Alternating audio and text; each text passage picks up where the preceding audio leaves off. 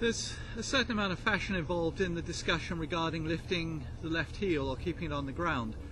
It was actually encouraged 100 years ago to permit a more full turn. And then we had a very famous and wonderful golfer, Gary Player, who was extremely fit and thought the coil of his body a great contributing factor to power, who recommended then that we keep it as near the ground as possible, in fact, if possible, on the ground. Now, he was playing against a great contemporary of his, Jack Nicklaus, who of course is as good as they get, who, particularly with a driver, had his left heel substantially off the ground at the end of the backswing. So how I read this is that it's a subject for a certain amount of investigation and experimentation.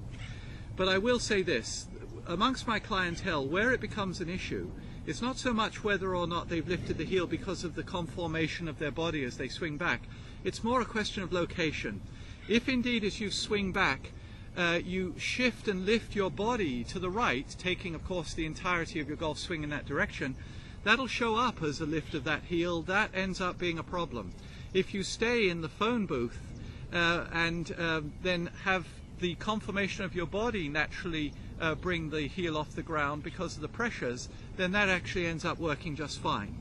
So it's an issue of location. Experiment, but if you're lifting and then topping the ball, which is characteristically what happens if you've shifted, then you'll find that keeping that on the ground is beneficial, or at least as near as possible to that as you can. Now, where indeed we can even go just a little further is even when we get to the nearest neighbor in the bag, the 3-wood and the other fairway woods in golf, it doesn't hurt us to put the weight slightly more on the left foot, let's say 60-40, and generally try to keep it there. This makes it easier to get out of bad lies. So experiment with that with the other clubs, not the driver, and see if indeed that ends up being an additional benefit regarding the left heel.